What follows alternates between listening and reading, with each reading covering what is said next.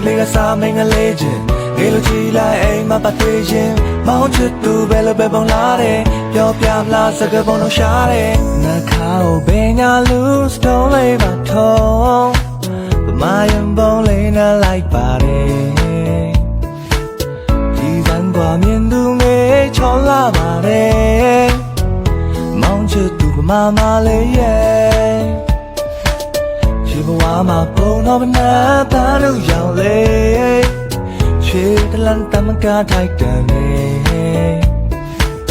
ဒီကံကမြင်သူငယ်ချောလာပါတယ်မောင်ချစ်သူဗမာမလေးရဲ့ Myanmar on võtnud endale eesmärgiks saada tanaka kasutamise traditsioon rahvusvahelisse UNESCO vaimse pärandi nimekirja. Kui UNESCO tunnustab tanakat, saab sellest Tinjani festivali järel teine Myanmari vaimne kultuuripärand. Ühtlasi on see ka rahvusliku uhkuse ja identiteedi sümbol.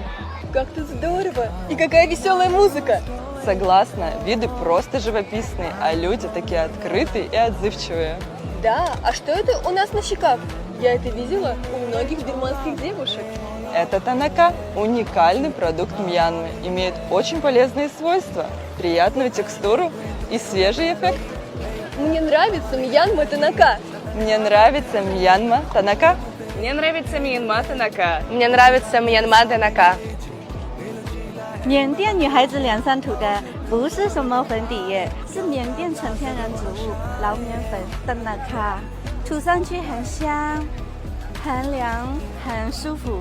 我自己也喜欢涂老缅粉哦，没有任何添加剂的老缅粉 ，UNESCO 应该认可哦。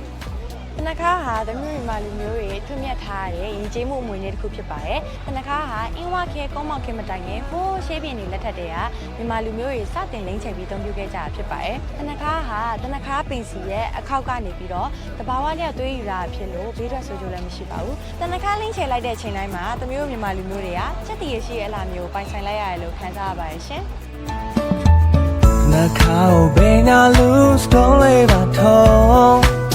မာယံပုံလေးနဲ့လိုက်ပါတယ်